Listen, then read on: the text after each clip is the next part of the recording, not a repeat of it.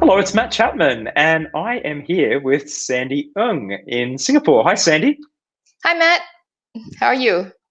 Yeah, really good. Thanks. Great to be with you. Sandy is Sandy, what is your exact title? I'm going to say Asia Pacific Talent Acquisition Head of Akamai Technologies. Have I got that right? Yeah, so I am the Director of Talent Acquisition for Asia Pacific Japan and Akamai. Fantastic. So it's a real pleasure to have you here, Sandy. And for everyone listening, Sandy is one of the most accomplished talent acquisition leaders in the Asia Pacific Japan region. And really, I guess the purpose of us getting together today is to talk about talent acquisition in this new world.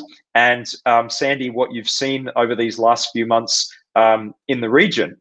But before we do that, tell everyone a little bit about yourself and your very interesting career. Sure. So I started my career not in the traditional HR profession, but I started my first 8 years in sales, and predominantly in channel sales, selling everything from computer to network cards, desktop, printers, and everything else. And then at the end of my 8 years in sales, I then moved into headhunting, and that started my headhunting and talent acquisition career for the last 20 years. And I started in the IT industry and then moved into hospitality, followed by medical instrument, medical instrument, and then um, FMCG, followed by Akamai, which is IT industry. So glad to be back in IT. Good. And we overlapped at various paths along the way at InterContinental Hotels and Life Technologies, and that's where our background goes back to. So, Sandy, what have you noticed over the last few months since COVID hit in terms of your talent acquisition function, and I guess how TA is being done? Well, obviously the scene has changed a whole lot for us because overnight we have to think about virtual hiring, virtual onboarding, and this attracting people who may not be ready or fearful about making a move. So, as a company, we have very swiftly moved into a few things. One, looking at how do we onboard people despite the fact that we don't have an office open, and we were able to ship all the laptops to the new candidates or new hires, and then everything else was done online. So collaborating with HR, with IT, we were able to get that done very quickly. That was great. And then with regards to hiring candidates and attracting them and trying to address the fact that Akamai, it's very stable, financially stable, and we're in the right place, the right time, in the right business. That was also an important proposition as well. We did a fair bit of taking our business, our testimonials, and all on social media, just so that people get to know a little bit more about us and feel confident that we are the right place for them to join. So we've done a fair bit of that over time. And with obviously partnering with the business was also important, helping them to understand that it is important to pitch the company, woo the candidates, and things are a bit different from before, right? Where candidates obviously have their time, they take their time, they want to be able to shop for different opportunities.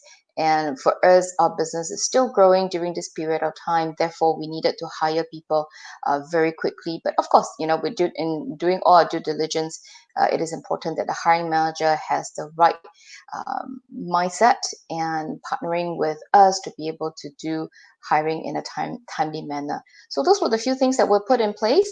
And in fact, while a lot of companies have also put on hold their campus recruiting or interns, we have onboarded all the interns that we have hired last year, this year. So those have been great publicity, and they have been great advocate of the company and what we have done to help them to continue their internship despite the current situation. So those are great stuff that we've done in the past few months, to be honest.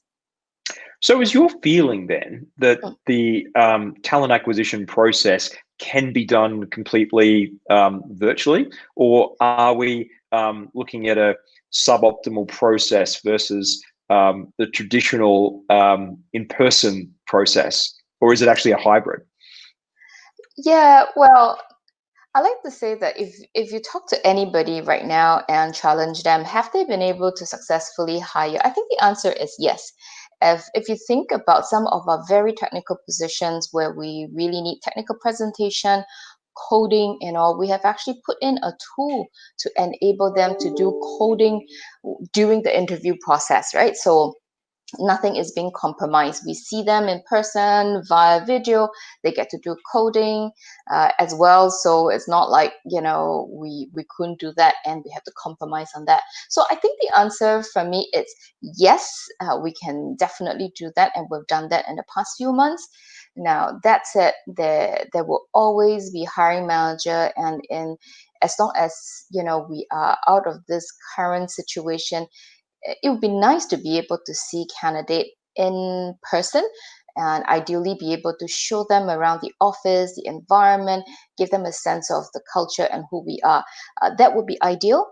But if the question is, are we able to accurately attract, hire people in a timely manner? I think the answer is yes. And so, as we look forth, I mean, obviously, we're going into unpredictable situations in different markets. So, you talk about the physical experience of seeing the office or meeting colleagues. Are you gearing up that that process could still need to be virtual and could still need to be impactful virtually? Yes, I think we have been talking about this being the new norm. Now, Akamai obviously is a global organization and we're hiring, globally. There are occasions where we cannot have candidates traveling to our office, so that will remain, and we have a fair bit of those across the region, even before this. Now, where it's possible and when we are ready to open our offices, then quite obviously we will adopt a hybrid model. In fact, there are occasions where we have panel interviews for candidates, and those are done virtual. And then either the last interview or the first interview, then we will invite the candidates into the office. So yes, we're gearing up for that. We're getting our offices ready when we can, and we will most likely adopt a hybrid model. Although I would say that we have been able to accomplish what we want to accomplish in the last few months, hiring virtually and onboarding people virtually. Yeah, it's interesting. It's a topic that I also have quite a bit of familiarity with because Chapman CG obviously grew virtually across the world, and where possible, we would always meet HR leaders, at different events, or it might be when someone was in a city or something like that. But situations would emerge where someone was identified to us, and we would virtually interview them via video or via phone, and then a job would later come up, and obviously we'd done an assessment of that person, but for some reason they may not have been met. And what I found was that it was really important, the checks and balances around, background checking through people who might know that person, or upping the standard around really assessing, is this person who they say they would be? But the end result for me, and I think for Chapman CG, was quite a number of successful hires, but still not always through people having been met. Exactly, and that what you've alluded to is actually the model that the world is following today, and you guys are like good 10 years, if not more, ahead of the world, and that's exactly what the world is doing today. And to your point, of course, the whole network and reference checking the people are important, and to help us to be able to ascertain the right hires. And in all honesty, virtually doing virtual hiring, we haven't compromised on quality. In fact, if we look at our scorecard, the recruiter scorecard, nothing has been affected. Our time to fill hasn't been affected. Our source of hire, cost of hires, those have not been affected. I think if anything at all, we might see a bit of decline in some countries simply because people are a bit wary about moving at this point. They wonder, will I be the last in, first out? Is this the right time to move? And in some countries like Japan, interestingly, they may be interested to move, and then they would say, oh, I feel bad for my employer. I'm not sure if this is the right time to abandon my employer. And then, this whole emotional thing then overtake that decision, and then they decide to stay. So we do see a bit of decline here and there, but beyond that, we have been doing well. That's good. The other point I must add before I forget is the other thing with virtually is, I don't know whether you found this, but I would find myself sometimes having more interactions with someone than if I physically met them. So, in a interaction like this, there may be some aspects that you can't tell, or your mind might sort of loop a little bit as to whether you got to the bottom of it. So I would actually say on average, the virtual hiring sometimes involve just a few more touch points or maybe a few other stakeholders in the process. Have you found that?